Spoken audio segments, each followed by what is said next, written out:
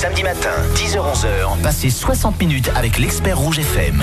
Toujours avec Sam Rothman, qui s'occupe aussi du groupement vol à moteur Lausanne-Blécherette, c'est ça? Je me suis pas trompée. Alors, la question idiote du jour, parce qu'il en faut toujours, et à mon avis, là, comme c'est la dernière, il y en aura beaucoup. Et les filles dans tout ça? Les filles, c'est un sujet assez chaud. Ah c'est bien, on va en parler 2 minutes alors. Voilà.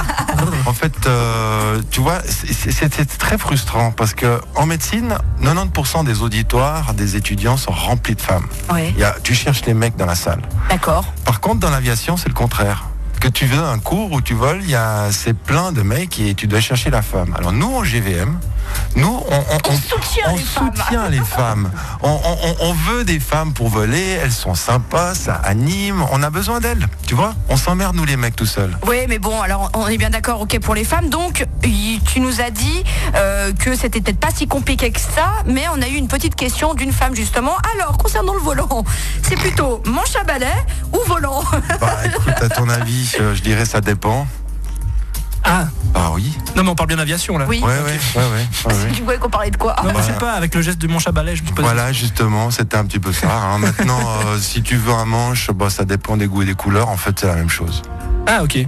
Donc il n'y a pas de... C'est pareil. Non, c'est pareil. C'est juste que si tu as un petit volant, tu peux mettre plus de petits boutons dessus, alors que si tu as un manche, tu peux en mettre qu'un. Ok, avec la question idiote à nouveau, il n'y a pas de klaxon sur les avions?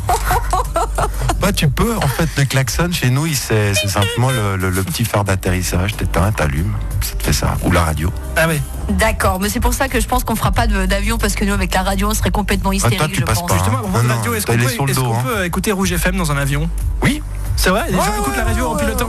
Tu peux faire beaucoup de choses. Ah, c'est génial. Non, on ne rentre pas non plus dans certains détails. En parlant du brevet de pilote, est-ce qu'on peut avoir une somme approximative? Ouais.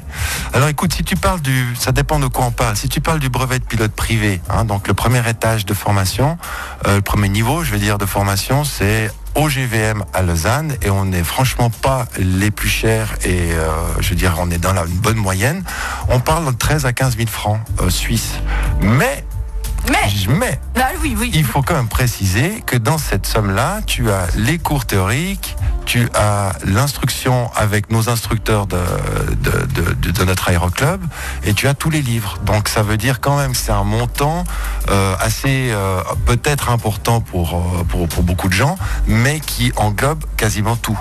Concernant quand tu passes un examen, quand tu le rates, c'est pareil, tu dois tout recommencer à nouveau. Voilà. Tu dois pas tout recommencer, tu as l'occasion de représenter les branches que tu as échouées.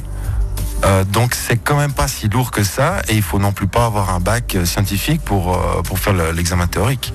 Donc nous au GVM, on a à Lausanne, on a plein de profils différents de pilotes. Ça va de la personne qui a pas de bac, un petit apprentissage, mais toujours passionné. On a vraiment un club de passionnés. Donc là on est bien d'accord, on reste au premier étage. Au premier niveau de pilote privé. Voilà. D'accord. Alors dans un instant, on parlera des niveaux sans doute supérieurs. On parlera aussi, par exemple, des taxes pour la pause, des taux de réussite, des compagnies aériennes aussi.